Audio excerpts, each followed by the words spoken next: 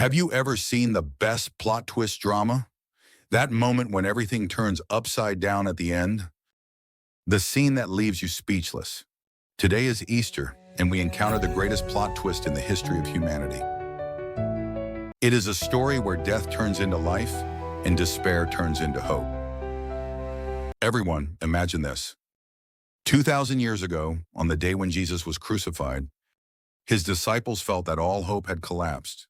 However, on the third day, they faced an unexpected twist.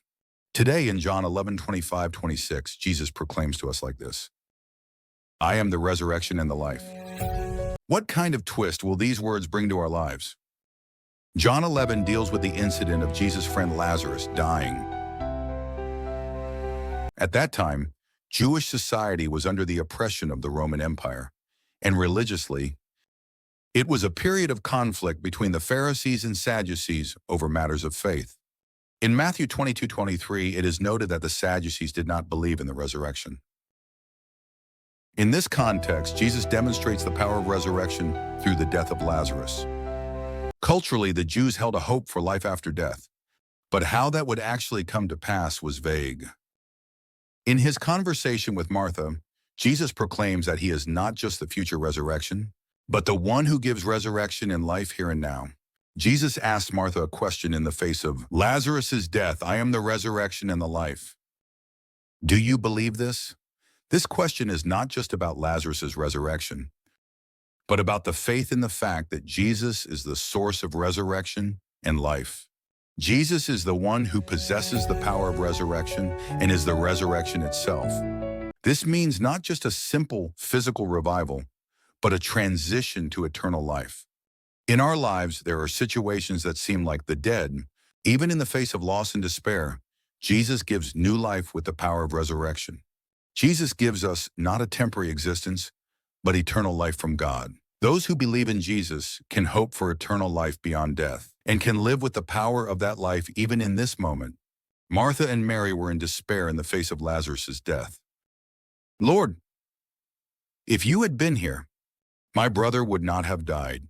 John 11:21. To them, death was the end. But Jesus shouted at the tomb, Lazarus, come out, and the dead man came out. This event was a sign that foretold Jesus' own resurrection. 20th century German theologian Dietrich Bonhoeffer was martyred in prison while resisting the Nazi regime. He wrote in a letter just before his death, death is not the end, but a new beginning. The resurrection of Jesus proves this. Bonhoeffer walked the path of martyrdom without fear in the hope of resurrection. There are moments in our lives that seem like death. Moments when we lose our jobs, say goodbye to loved ones, or when our dreams collapse.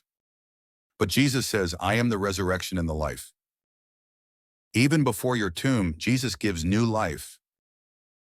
The resurrection is not just a simple miracle, it is God's ultimate victory. The resurrection of Jesus breaks the power of sin and death and promises us eternal life from 1 Corinthians 15:57.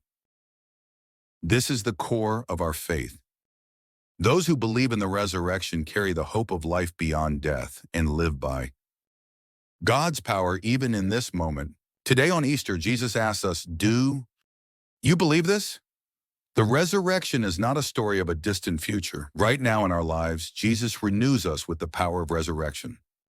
Is there anyone who wakes up in the morning as if they are resurrecting to the sound of an alarm laughs? If that's a small resurrection, then Jesus fills our entire lives with the joy of resurrection. Today, what kind of tomb are you facing in your life? Is it failure, fear, or loss? Give that tomb to Jesus. He will shout, come out, and give you new life. Let's make a decision right here and now. Let us believe in Jesus as the Lord of resurrection and life, and resolve to live anew by his power.